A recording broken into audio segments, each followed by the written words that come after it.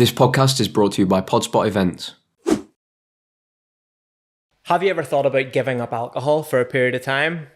Well, as a bit of a social experiment, I went alcohol-free for 1 year. In addition, one of the questions I get asked most regularly about the podcast is, when are we going to do an episode on me? i.e., when are we going to let someone else ask you the questions? My stock response to that question is always, I've not done anything interesting enough to warrant a full episode. But more recently, I've been thinking that this year of going alcohol-free might be interesting for some people. So with a bit of persuasion, I agreed to let my friend Dwayne ask me some questions instead. And we've actually got a special sponsor for this episode. You might remember in episode 5 of the podcast when Alfie said this. Have you got around the zero alcohols? Yeah, it's been great. Insert zero alcohol sponsor. Yeah. Right. TBC. Yeah. Well, I'm delighted to say that this episode is actually sponsored by Heaps Normal. Heaps Normal have made my year of going alcohol-free so much easier from a social perspective. I've still been going out to the pub and to events with friends, and like while my friends have all been drinking at these events, I've been drinking Heaps Normal, and it's not made me feel like a complete weirdo drinking water. So massive thank you to Heaps Normal for sponsoring this episode and helping me get through this year. This episode is also sponsored by Cameron's Tallow Balm and Remoti, but I'll tell you a little bit more about the both of them later. I hope you enjoy this episode, but secretly deep down inside, I hope nobody watches it. As always, remember to give us a follow on Instagram at The Bondi Podcast to stay up to date with all of our guests and episodes. Subscribe to our YouTube channel, and you'll find all of our episodes on Spotify. Cheers.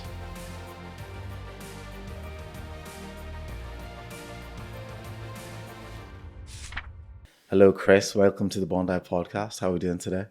Thank you for having me on the Bondi Podcast. It's good to be here, mate. What is happening today is that Chris has asked me to jump on the podcast with him today, and I'm going to be the one that's going to be asking him all the questions. Chris has been doing the podcast for a year now, and he's been asked by a few people when he was going to get in front of the camera and onto the mic on the other side of the sofa. So I'm here and have the pleasure of asking him questions. So how are you feeling? A bit nervous, mate. I usually sit there, so you're sat in my seat, and it feels a wee bit more nervy being on this side. Is the feng shui a bit off right now? Yeah, but I'm kind of having to just ease into it, mate, to be perfectly honest. You'll be fine, mate. So like the start of every other podcast that you do at the Bondi Podcast, what is your favourite thing about Bondi? So my favourite thing about Bondi is definitely the people. One of the reasons why I started the podcast is just in this small little suburb, Bondi Beach, we are surrounded by so many interesting people.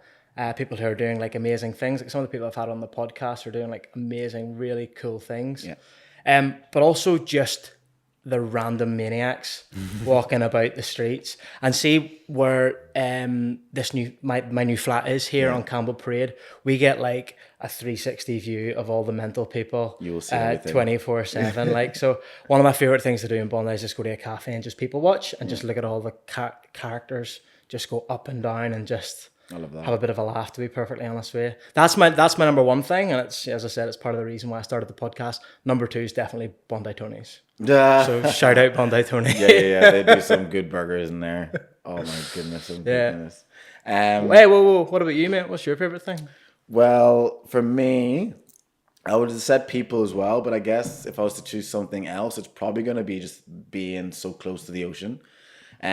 Just that beach in itself, no matter how many times you walk down it, no matter how many times you see the sunset or you see the sunrise, especially not being from here, it's kind of like a holy shit, like we actually live, this is where we live. Did not have that in Lurgan, no? Oh, they did not, my friend. There's more grey skies in Council States. Yeah, fair.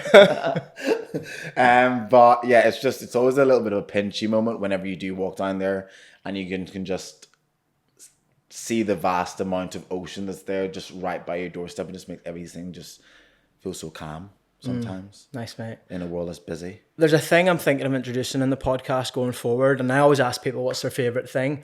I want to know as well, and I'm kind of putting you on the spot here. God. Like, what's your least favourite thing, or what would you change? What's my least favourite thing? Or what would you change? It's too expensive. And I would probably change the breakfast options in Bondi. You're paying a lot of money for what you could easily just make in your own house. Yeah. I've started to realize like I'm paying $35 for a breakfast at this point. Yeah. Or that's a week's worth of breakfast. So that'll probably be the one. I would say breakfast, the price you pay for breakfast is the one thing I'd change. Yeah. It's too expensive. What about you? Yeah. I was having a bit of a think about this. And remember during COVID when they introduced the 5 kilometer rule, where people who lived further than 5 kilometers away couldn't Yeah. just have that like 24/7.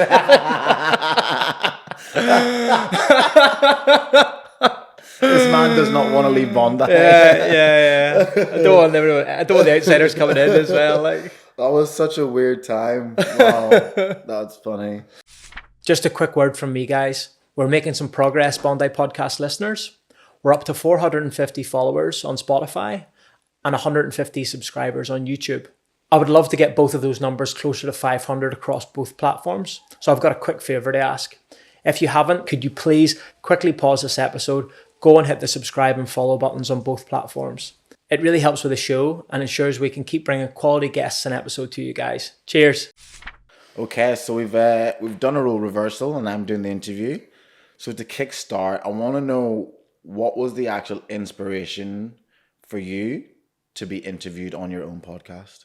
So the inspiration for me to be interviewed, well, I've been doing the podcast for about a year now, and one of the questions I keep getting asked the most is, when are you doing your episode? When's your episode going to be? When is someone going to ask you questions? Mm-hmm. My standard response has always been, I've not done anything interesting enough to warrant an episode. And then I did this sort of year alcohol free, so 1 year today. And maybe about a month ago, a little light bulb went off, and I was like, actually, that might be interesting for some people to hear. So had a bit of a think about it. Contacted Heaps Normal, who told them my story. Shout out. Yeah, they've agreed to sponsor the episode. So, and then I don't know. Like when I first thought about who's going to ask me the questions, I actually initially thought about you, because obviously you and Dan did your own podcast for a bit. You're from Northern Ireland as well, so I thought it made sense. Yeah, love that.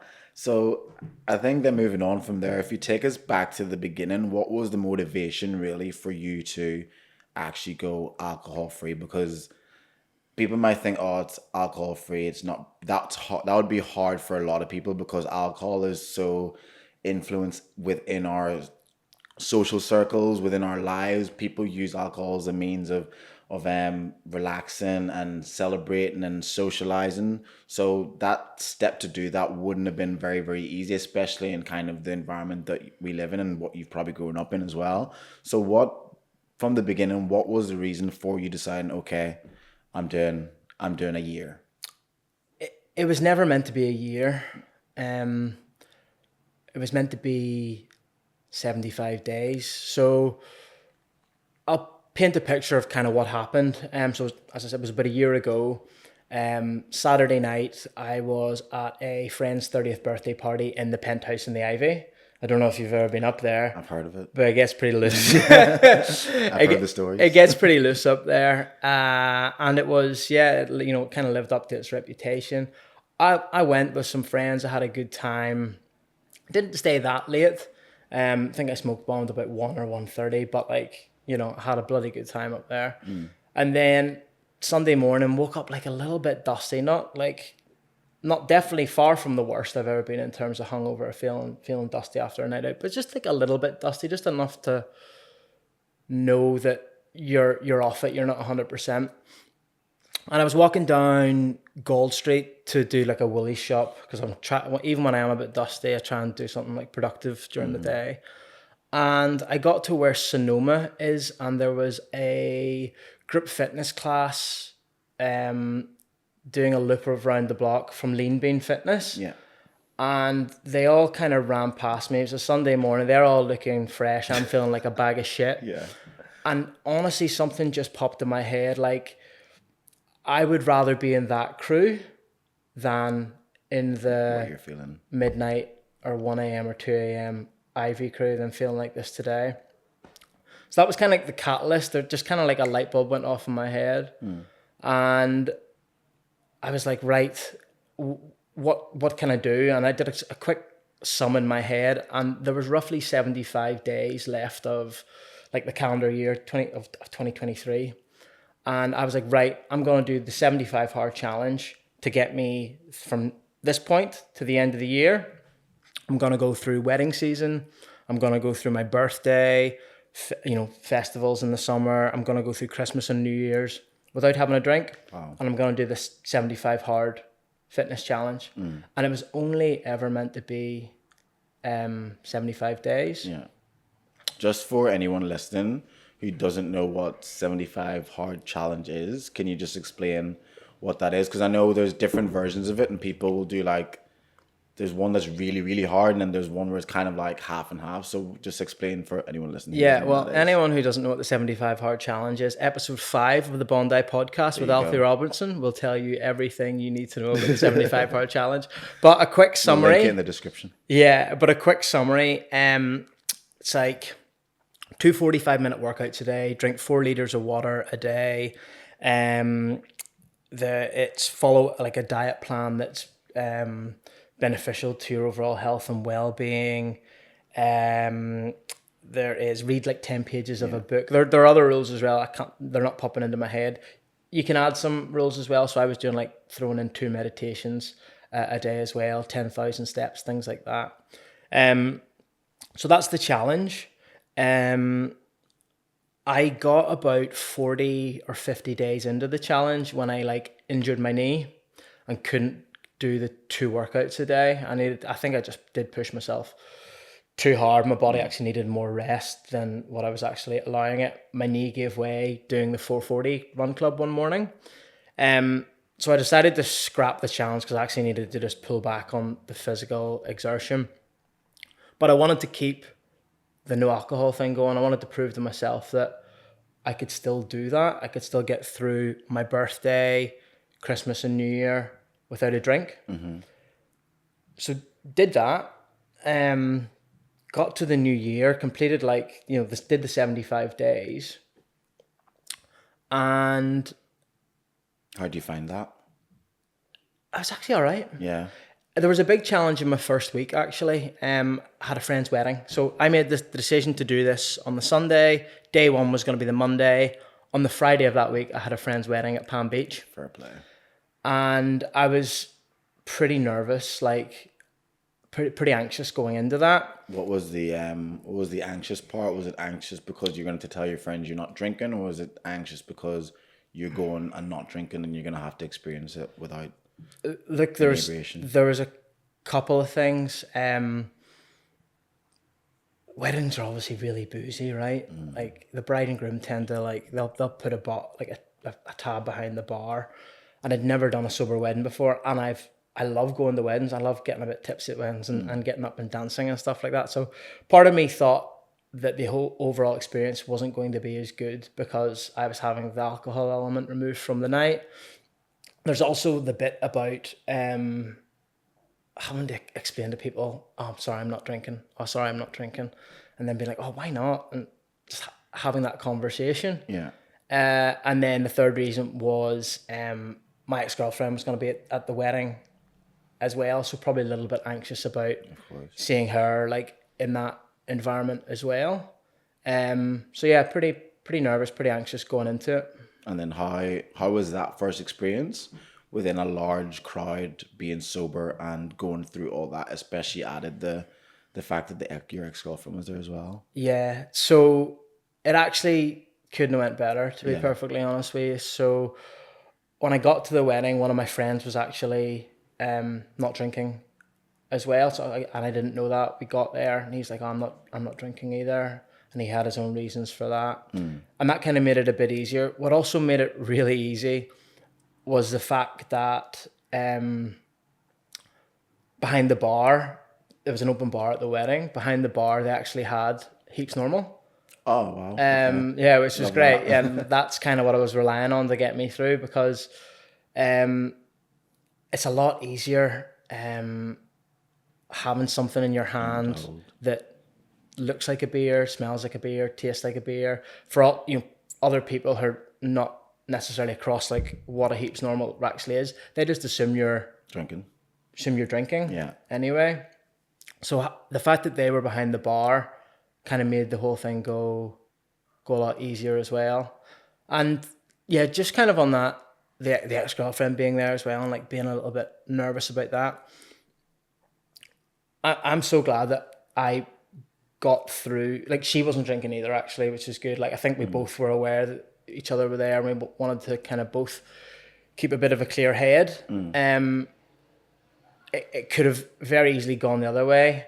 I actually saw it with my own eyes at that wedding. It go the other way. There was another couple, the ex-couple there that had very fresh recently like broke up, and one of them was like sitting like kind of like diagonally opposite me on the table, and his way to cope with his ex being there was to get like blackout drunk, and he drunk so much during the reception that like when the speeches were going, he was like asleep at the table with like his sunnies on. No. And yeah, and I was like, that could have very easily been me if, you know, if that's how I decided I wanted to sort of deal with the situation. So I look back and go, I'm actually really happy that You made that decision. I made that decision, and yeah, I actually had a great time, to be honest with you. Like, I was on the dance floor probably as much as anyone else, and it's good to look back at that wedding and remember everything. Yeah.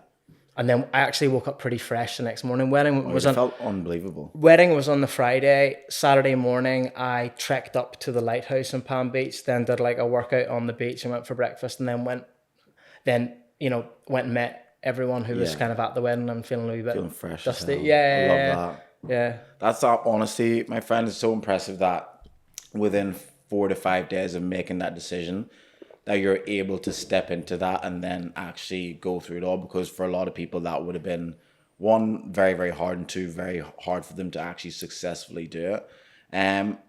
Speaking about the morning when you kind of woke up very dusty after the penthouse kind of thing and you made that decision, was that the one specific moment where that made you make the decision of no more alcohol, or was this like a progressive thing where you were thinking, should I give this up? Or was that the moment there that morning? Was there any other kind of experiences that got to the point where you're thinking, maybe that was another reason why I should stop alcohol? Yeah, like over the last sort of maybe 4 years, like my drinking has like it's dramatically decreased. So when I was living over back in the UK, so I was living in Edinburgh before I moved over here, pretty boozy. Like, you know, I played rugby, so every Saturday night after rugby, you'd be out.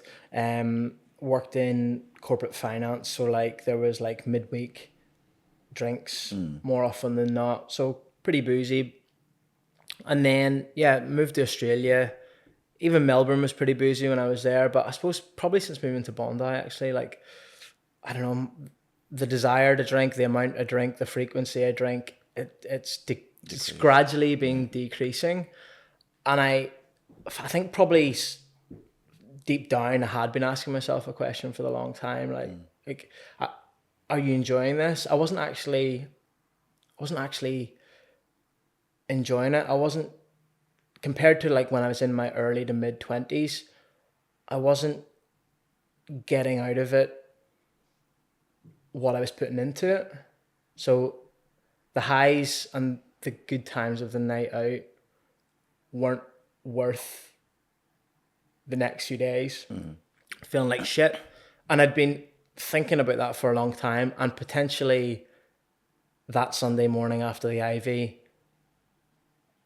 that was just maybe the straw that broke the camel's back. But as I say, I only like started off with the intention of doing 75 days. I'd done 100 days before. In 2022, I did 100 days. And yeah, the intention was to do 75 days and then really enjoy New Year's Day, because it's usually a good festival or something on New Year's Day. Yeah, 100%. And then after the 75, you pretty much just kept it pushing. Kept going. Yeah. Podcast was going well. And I liked having like the energy outside of work and training and socializing with friends to actually pour into the podcast. Yeah. Again, there was some stuff going on with like my ex-girlfriend at the time, And I knew I just really needed to keep a bit of a clear head. And I knew that, you know, if you drink, you risk your mind going into that like dark self-loathing place. And at that point in time, I just knew that's not where my headspace needed to be. At that time, did you find whenever you did drink, that was where your head was going? No, because I hadn't drunk in so long. Yeah, I mean, this is in regards to prior to the decision to not drink. Yeah, like there was a little bit of Yeah. like self-loathing the next day. Like, Yeah. you know, that classic, I feel like a piece of shit. Why do I do this? There was a little bit of that. And I just knew that with everything else that was going on in sort of January, I just didn't want to risk that. Yeah. Going to that place, because that's not a very fucking, it's not a nice place at all. No. You can escape temporarily from some of the things that you're dealing with, right? But you get dragged back into it, and you often get dragged back lower, I think. Especially if the escape is the wrong means of escaping. Yeah. Or trying to find a new path, I guess.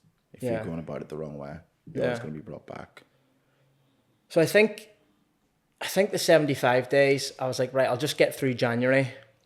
That'll take me to roughly 100 days. I've done that before. And then I think I got to like the end of January, and again, just was really enjoying focusing and pouring my energy outside of work and training, like into the podcast. Yeah. And it didn't make sense to Not keep going, yeah. Yeah, because with this podcast, like I have a full-time job, you know. Yeah, I have a full-time job, and therefore I'll have to get a lot of this podcast admin done on a Sunday. Yeah. And if I was a bit hungover or dusty, it wouldn't get done, or it wouldn't get done to like a standard that I'm happy with. Mm-hmm. So I kind of had this podcast as my motivation. I don't know, I might have just been looking for an excuse. I think two things can be true. Yeah. Yeah. Could be multiple reasons why. Our newest sponsor, Cameron's Tallow, is changing the natural skincare game. Do you suffer from eczema, psoriasis, dermatitis, or acne scarring? Well, Cameron's Tallow Balm could be exactly what you need. Made from Australia's best grass-fed and grass-finished beef tallow, Cameron's Tallow Balm is great for skin nourishment and is perfect for dry and sensitive skin. If you're curious, you can check the guys out on Instagram at Cameron's Tallow and drop them a DM if you have any questions, or go to the website cameronstallow.com to find out more. I'll put all the details in the comment section below. Cheers. So post the 75-day challenge, and then you went for 100. Obviously, you were telling your friends that, yes, I'm doing this, and they were like, okay, you're doing the 75 hard. What was it then like post that, when, whether you made an announcement or you told people, or whether you just decided in yourself you're going to take a year? What was the socializing aspect of life like once you decided to do this year? What was even dating like? Because like we kind of touched on when we just met before the podcast, we kind of just went a little tangent, and we said how like within the dating realm, drinking on, especially on a first date, is a very, very normal thing to do. And sometimes if one party isn't a drinker, it kind of throws everyone off whack a little bit. So how has that been moving forward within the dating realm, and also just friendship wise? How has that been for you? Yeah, I'll do the social first. Yeah. It's difficult. The social has been a bit difficult. And I think I probably made it a little bit difficult for myself as well. Why do you think that? I think I got so if I can give an example, there was like a boat party I was invited to, like Yacht Club Social. I was invited to that in December last year. And it was like for a friend's birthday. She'd arranged it. We're on the DJ boat. I'd paid for a ticket. I paid for a ticket knowing I was going to do it sober.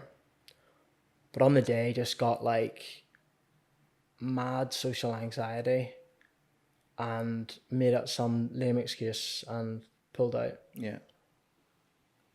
And I look back and go, I actually wish I had have just went to that and just embraced that it was going to be different to all the other boat parties and events like that I had that I'd been to, and just accept, this is going to be different. This one, you'll still have fun. It was a Saturday afternoon. The weather was perfect. Yeah. I was on the DJ boat, and there's just something happened that morning where I just wasn't in the right headspace to go.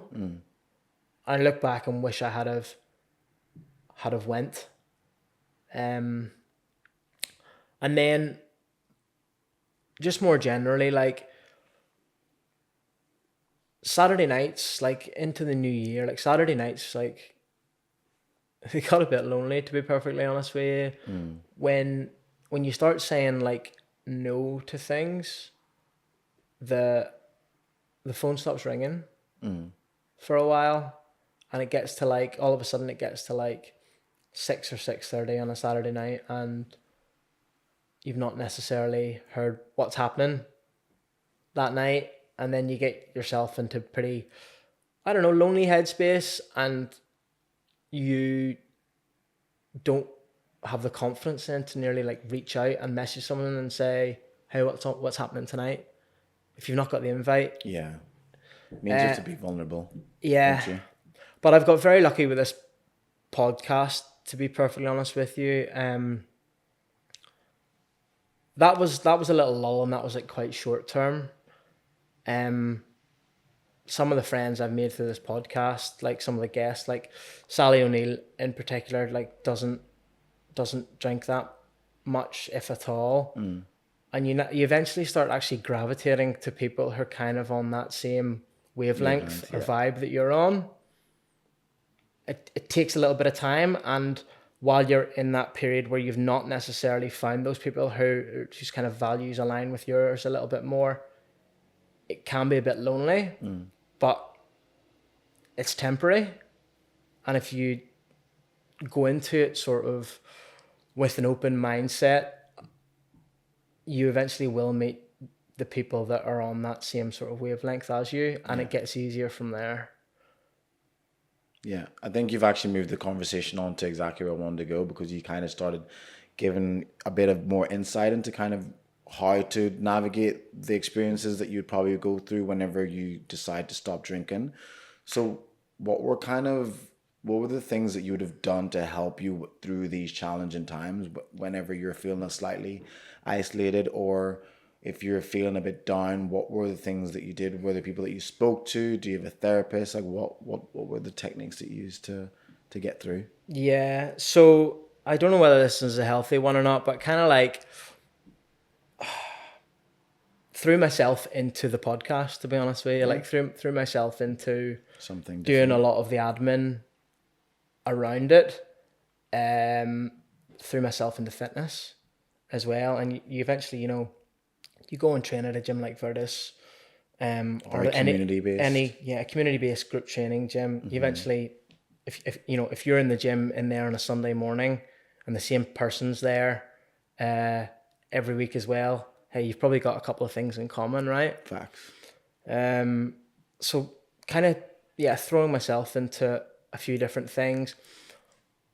Also kind of getting over myself a little bit. So instead of waiting for things to happen, kind of going out there and making things happen. Amazing. Yeah, so, I do have like a small friendship group that doesn't really drink that much. So just being more proactive during the week in terms of like trying to forward plan for Friday or Saturday night, instead of leaving it to 6 or 6:30 on a Saturday when people probably already have plans. Yeah. I've nothing to add to that. That was unreal. Completely agree. And then in terms of, because I have a few friends as well who've gone off alcohol, and it's a conversation that we have all the time amongst each other. It's like, oh, I don't drink as much as I used to. I don't drink anymore. I'm thinking about it. I'm not sure how to navigate it. And I think for a lot of people, especially living in Sydney and living in Bondi, they will struggle to make the same, like the initial commitment where you say, okay, tomorrow I'm going to do it. Reason being because there's always something else coming up where they're going to feel the need to drink. So for example, you just still decided on Monday that you were not going to drink, even though you knew you had the wedding on Friday, which I think is what will stop a lot of people, because I've thought about it before, and then I've thought, oh no, but I've got ex's birthday, not ex-girlfriend, but XYZ. I have one person's birthday this weekend, and I'll have a wedding coming up here, and then I'll have this. So then it's then me constantly telling myself, oh, I can't do it now because I've got this coming up. I think, do you have anything you could tell someone that could get them over that hump, i.e. me, maybe? Yeah. Look, mate, there's there's always going to be an event. There's always going to be something coming up. Like living where we live, we're coming into summer now as well. Well, there's, silly season for a reason. There's something on every week. There's never going to be a perfect time to do it. Maybe like a sober October or a dry July would be a good entrance point, because there might be a group of yous kind of do it. But look, there's never going to be a perfect time, and maybe just view it a bit like I did, like a social experiment. And you don't have to start off with the intention of doing it for a year or even 75 days. You can start off with the intention of doing it for a month. I would say, like, at a minimum, do it for a month, because probably 30, 31 days is actually probably when you're actually going to Get the itch. Notice the benefits, but also maybe get the itch, as you say, as well. But probably notice the benefits. You get doing it for a week or two. Yeah, you might notice a few bits here and there, but actually doing it for, I'd say, at least 30 days. And like in that 30 days, there might be 2 or 3 social events where you have to go along and be sober. But what I will say, and yeah, this is just the harsh reality of it, Saturday nights aren't as fun. They're not as fun. Like alcohol you do have a more fun time when you're drinking. You lose your inhibitions. Lose things control, just you let go a little bit. Yeah, things just seem a wee bit funnier. You always have a better laugh with your mates. So Saturday nights are not as fun, right? Sundays are so much better. Yeah. Mondays are so much better. Tuesdays are so much better. Your life is so much better. Is that what you're telling me? I'm not saying that. Like I'm not telling anyone how to live their life. I'm just trying to like share my experience. But it's nearly switching into that mindset, because throughout your late teens and into your 20s, like Saturday night's like the big fucking night, right? And it feels like the entire week builds up to we're gonna have a class one on Saturday night, and it takes a wee bit of discipline and a wee bit of getting used to not to have that massive peak on a Saturday night. But geez, honestly, like Sunday, Monday, Tuesday are like so much better. I completely agree, my friend. Because I still drink, but the weekends when I do decide not to drink, I find the following days, Sunday, like you said, Sunday, Monday, Tuesday, I'm just way more productive and way more efficient with my work, because I'm now at an age 32 where if I do have a heavy weekend, I'm not solid until at least Tuesday. Whereas when I was younger, growing up at uni, we're doing 3-4 days in the trot, and some way I could function in 2 hours sleep and still get up to go to uni class or go to work. Whereas now it's not a thing. I think it might just be, do you think we're just tired of it? Maybe you've done it for so long. Maybe you just get to a point where it's like, oh, I've drank enough, I've partied enough. Have I just got to a point where it just doesn't do the same thing anymore? I think you're right, mate. Like I think we obviously grew up in Northern Ireland, right? I started drinking when I was 13. So I was way later than that. I was were 19. You? Yeah. Were you 19? I was 19. You're a good boy, dude. Yeah. I started drinking properly drinking when I went to uni. Did you? Yeah.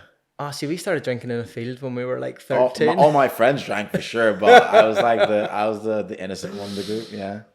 Well, 13. Drinking, you start drinking in a field at 13, and then it's house parties, and then it's going out in Belfast, and then it's going to uni, and then it's in your 20s when you start earning a little bit of money, so you can actually, spend a wee bit more on a night out. Yeah, and I've done it for 20 years, from the age of 13 to 33. That's 20 years of giving it a crack, right? Yeah. And it's a good stint. Yeah, and I think I've done it all, mate. Done like done Ibiza a few times. Yeah. Loved it. Had a great time. Came to Australia. You know, it was pretty boozy when I first got here, but yeah, maybe we have just Going on. done enough of it and just a bit, I don't know, a bit bored of it now nearly, Yeah. mate. It's like I've done this thing for 20 years. Do I want the next 20 years to look exactly like the previous 20 years, or do I want to try and do something a little bit different in my life? Yeah. Um, Do you Yeah. do you feel better? Like, how do you feel after not drinking physically and mentally? What does that feel like for you right now? like the mental clarity is definitely a big thing. Improved sleep. I think probably like you. I don't know. You tell me, but I think like improves. You notice better improvement in like your skin. Yeah, yeah. As well. 100%. In terms of like in terms of my fitness, that's an interesting one. Everyone's like, oh, you must be Fitter. not drinking. You must feel like super fit, and that's actually an interesting one because that's probably the area that I've sort of maybe not noticed that big a it? difference Interesting. in. Yeah, and I'm still trying to work that one out, to be perfectly honest with you. I think maybe it's because before I did before I started that 75 hard challenge this time last year, I probably wasn't drinking an awful lot. I reckon if someone who was drinking a lot decided to just kind of go cold turkey for a year, they would notice a far bigger change Yeah. than I have. But because I wasn't really, I was maybe 1 or 2 nights out a month Yeah, you weren't like absolutely smashing Yeah. it every weekend. No, and still training quite a lot, even when you were drinking. I was drinking, like I probably haven't noticed like that big a difference in terms of like physique or like fitness, like with that feeling fit. Yeah. Yeah, so that's actually been an interesting one. Probably the most surprising. Was that, One did for you me. think that was going to be the case? You thought that yeah. potentially there would be a level up? Yeah. Yeah. Yeah, and look, there's been a level up in so many other areas, as I Yeah. mentioned, like just my like sleep, my ability to like focus at work and focus on the podcast and get shit done, and just sort of that mental clarity as well. Amazing. And since we're on your podcast, we should also note that it is now a year since the Bondi podcast has launched our airways. And how does that feel for you? Yeah, it's been great, mate. Yeah, it's I had the idea probably about 3 years ago, and the fact that we've been going for a year and we've put 23, 24 episodes out there now, and I've had some amazing conversations with some amazing people. Are you trying to grow your business or brand but often find there aren't enough hours in the week? Have you considered hiring a virtual assistant to help with all those tasks that you don't want to do that could easily be delegated? I'm talking about admin, accounting, digital marketing, social media, and much, much more. Well, our show sponsors Remote provide businesses, entrepreneurs, and social media influencers with the top virtual assistant talent in the Philippines. If you're curious but still sitting on the fence, why not use the referral code BONDI to trial a virtual assistant for 2 weeks for absolutely free. That's 2 weeks, absolutely free. All you have to do is go to the website www.remote.com.au/contact, enter your details, enter the referral code BONDI, and someone from Remote will be in touch. I've added the link to the Remote website in the Instagram bio, and there's also a link in the show notes. And if you're interested in sponsoring the podcast, please get in touch with us over Instagram. Cheers. It's actually interesting as well how the 1 year of no alcohol and the 1 year of podcasting kind of, there's an interconnection there of the journey. Have you noticed that was that done on purpose, or do you think that it just happened, just kind of just intertwine at that moment a year ago? Yeah, I think the podcast was probably like I've always wanted to do it, but it was probably like a good distraction to focus on the not drinking. But if I look back to some of those early episodes, and this wasn't done intentionally, but it kind of just happened naturally. If I think about maybe the first 6 episodes, alcohol was like such an underlying theme of those early episodes. So like the first episode we did with Rawson, like I know personally that Rawson's been through a lot and doesn't drink a lot because of it. Then we had the episode with Matt Ringrose, who was like the guy that taught me how to like meditate, he was a former alcoholic with depression. Episode 4, we had Rory Warnock Scottish on. guy. Scottish guy. Yeah. Rory used to, again, be alcohol dependent and depressed. Episode 5 is when we had Alfie, the 75 hard guy, on, and he actually, just having that conversation with him was like really like motivating and inspiring. That a fact that like, this young 24-year-old had made the decision to stop drinking to like improve his lifestyle. I would have been able to make that age at 24, make that decision at 24. And so that was quite an inspiring conversation to have. And I know that like Danny, my producer, like after listening to that episode with Alfie, went on to do the 75 hard challenge after we did that episode, because he was like, wow, like inspired to try it. to do the challenge. And then episode 6 with Kate McLaren, the boxer, again, she was veering toward depression and alcohol dependency as well. So nearly like unintentionally, that theme just kept hitting me in the face in those early days. And maybe subconsciously I've just kind of absorbed that. You know, it's crazy. It's the fact that we kind of live in a society where you've had 5 to 6 guests on the episode who've said that they've had issues with alcohol and have either stopped or drinking a lot less. But I feel like it's just so normalized in our society, the drinking of alcohol, where you can have 6 guests on who come and say that, and we're not like shocked. You know what I mean? Like, I should be, if someone's to come in, if you told me you'd like 6 depressed friends, I'd be like, what the hell? But the fact that you can sit here, and I think it's a really big deal they've done this, but I should be more shocked. You know what I mean? Because alcohol is so ingrained in our society and ingrained in how we socialize, and ingrained in how we date, ingrained in how we live, that ingrained in how we deal with difficult things. Like, and then we just kind of, people are going through all this. You have them on the couch, but then people don't hear it, and you should really be aghast by that. But for some reason, people won't be when they listen, which I think it's sad. Yeah, like I think it's interesting. Our 2 most popular episodes so far in terms of views, our number 1 episode is that episode with Alfie. And I mean, it's miles ahead of the other episodes. And I think that's just because people are interested, of course, in that lifestyle. They're curious by it. And the second most popular one is with Alexa Towersey. And Alexa's been sober now for like 16 years.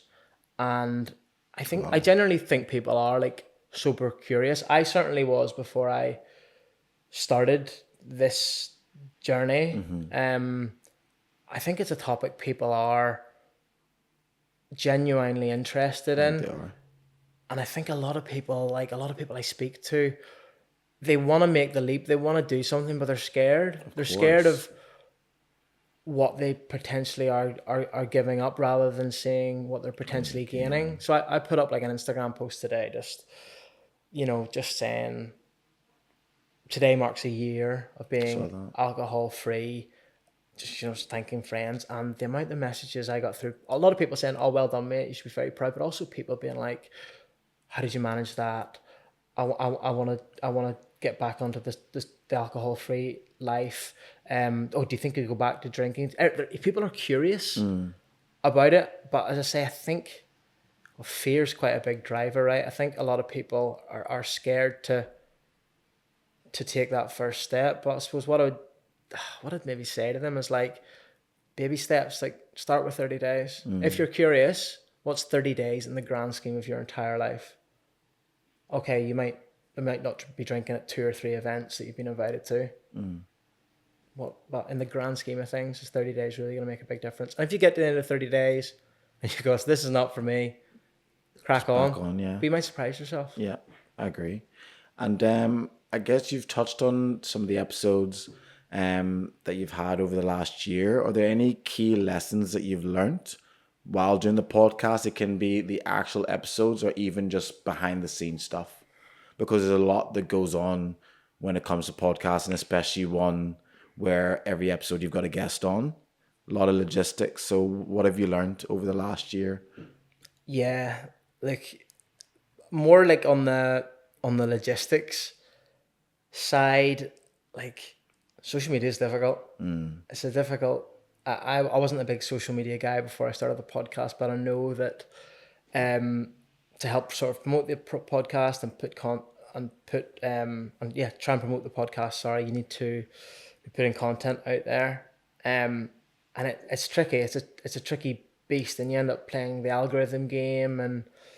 The 3-second hook. It's all that good stuff. exactly, mate. You're obviously getting into that world at the minute, mate, with what you do. But yeah, it's difficult and it's a slow grind, and I think a bit of patience is required. I think you've got to try and make it fun and try and make it as manageable as possible as well. And again, you probably would have got this when you were doing your podcast, but if your aim is to post every single day, that's difficult. And that takes a lot of time and it takes a lot of energy as well, particularly if you're not a big social media person. So what I've cut back on that. That just wasn't manageable and enjoyable for me. 100%. So we've cut back to maybe doing like 3 or 4 posts a week, which is a lot more enjoyable, a lot more manageable. But you've got to enjoy it. If it starts becoming a chore, ask why it's becoming a chore and see if there's any way you can change it. What the other thing that I've learned is like collaboration is key.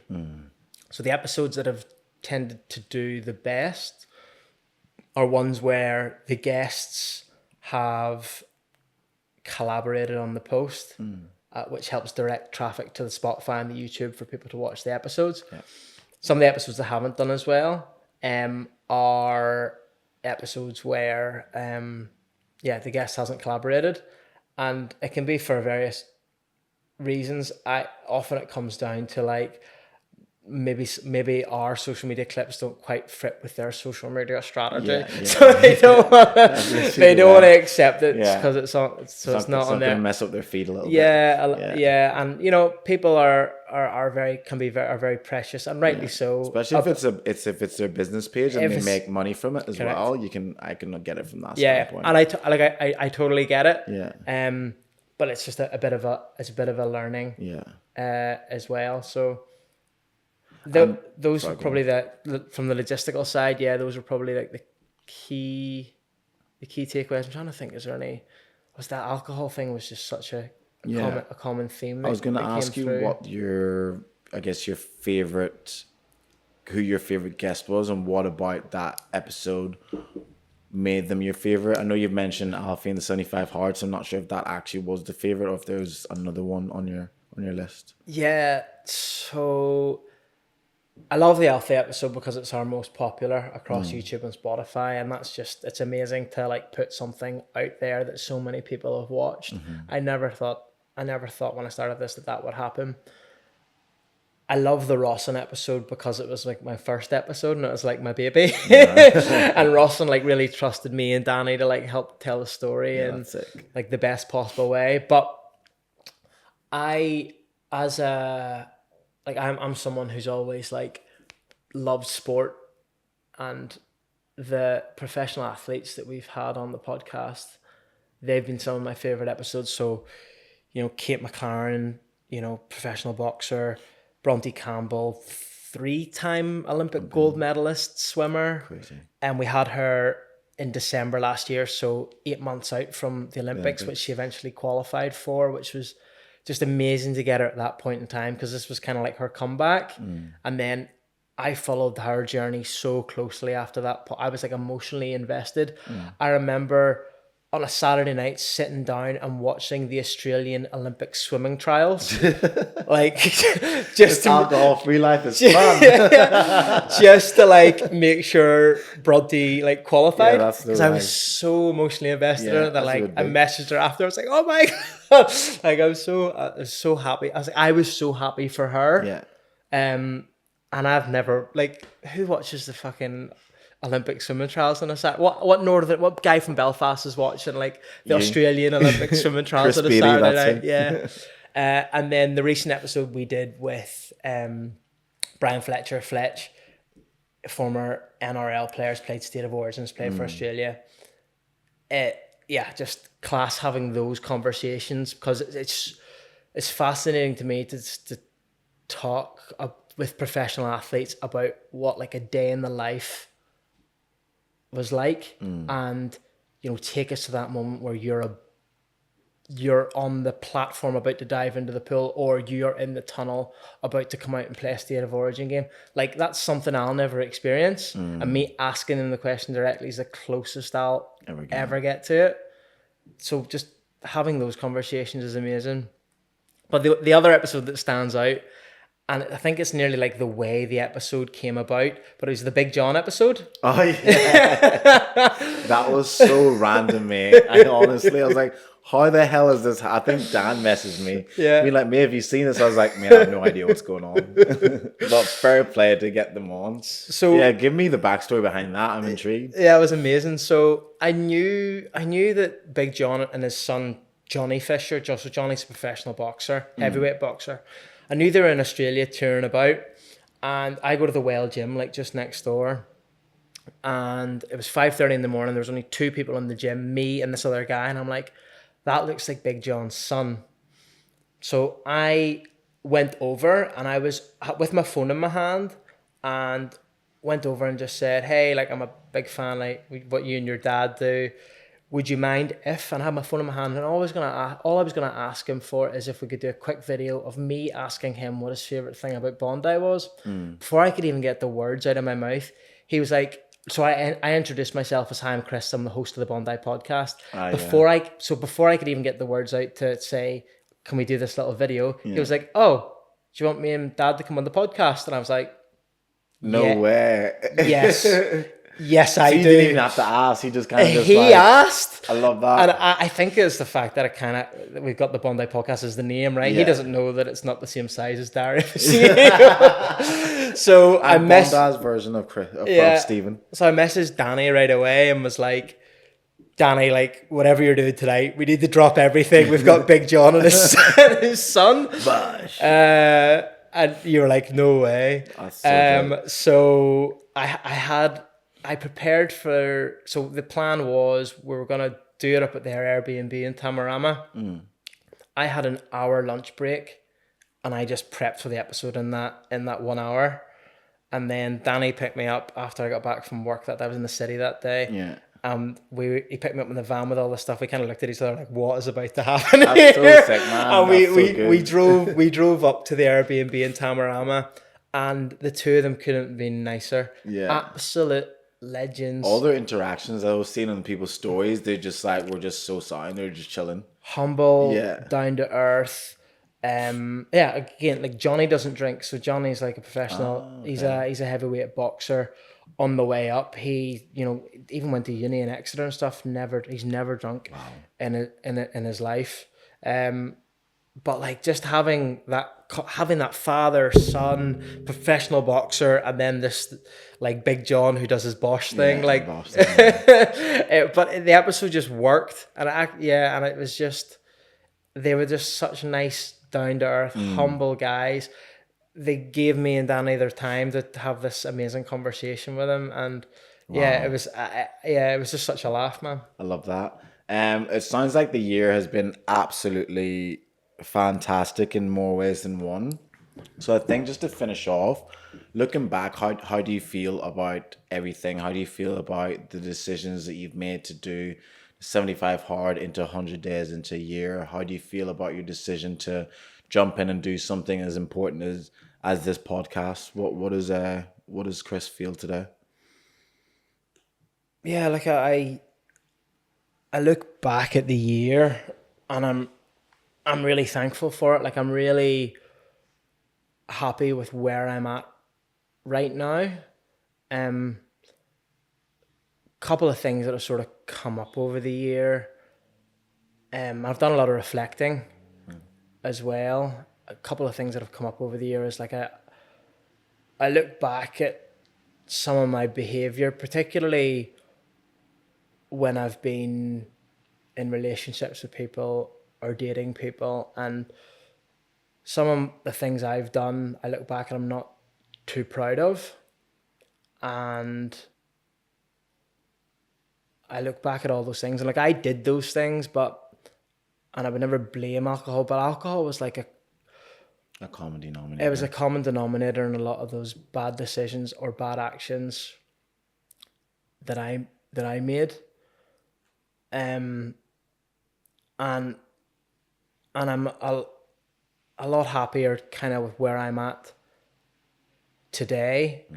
We didn't really touch on dating. Yes. And that has been sort of like difficult, but I suppose because not everyone's used to it, right? So that has been interesting. Like a lot of the girls that I have been on dates with over the past year, they've all kind of understood, and they've all been okay with it. Maybe some thought, some didn't necessarily work out with some of them. Maybe some of them thought I was like a little bit boring, and it wasn't for them. They needed a bit more spice into the mix. But I'm dating someone now, and it's been about 3 months, and we've never had a drink together. She's like she still drinks from time to time, but it's like so supportive of what I'm doing, and I feel like I'm nearly I'm putting a better version of myself out there. I think that's kind of getting returned back to me. Yeah, because as I said, I look back at some of the things that I did and how I behaved. Not too proud of them, but like eliminating or removing alcohol from the equation, I'm like, I don't think I'm capable of those things. That I look back and go, who's that guy? Yeah. Because that's not the sort of guy that I wanted to be. Like, I think part of this, doing this whole 1 year alcohol free, like I wanted to kind of be a better version of myself. And look, you speak to a lot of my friends and probably all say, Chris is like, yeah, he's a decent guy. Like they probably don't know a lot of The stuff behind it. But yeah, I feel like I'm in a better place now, not just like, when it comes to like dating people romantically, but also in my close friendship circle. I think I'm probably like a better friend as well, which is great. Wow. Well, thank you very much, Chris.